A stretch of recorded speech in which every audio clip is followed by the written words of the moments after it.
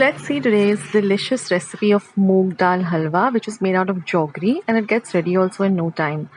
So here I've taken 1 cup of yellow moong dal, washed it thrice under water, and I'm going to soak it for about 2 hours in about 3 cups of water. Now after 2 hours, you're going to drain all the water out and you're going to grind this to a very smooth paste.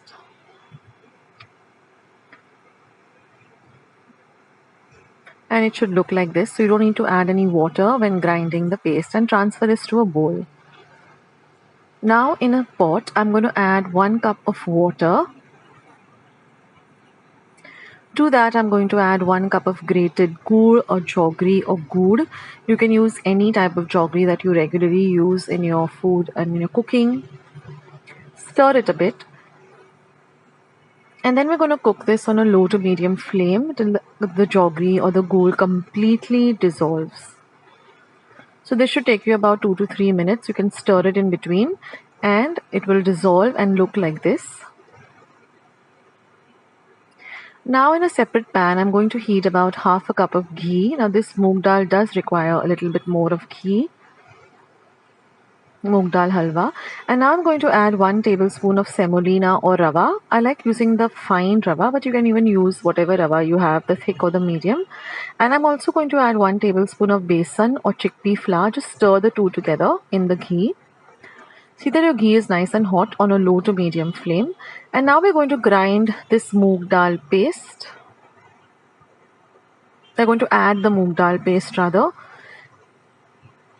And I'm going to stir all the 3 ingredients really well for at least 2 to 3 minutes.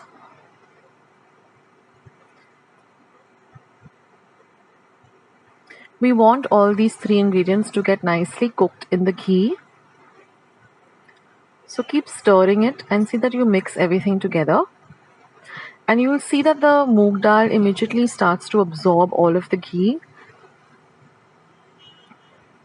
Now I'm going to add 1 teaspoon of cardamom or elaichi powder. So I've taken 3 cardamom pods and I've made a powder in my mortar and pestle.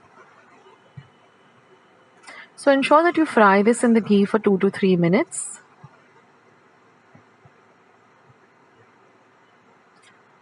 You can use a flat spatula like this.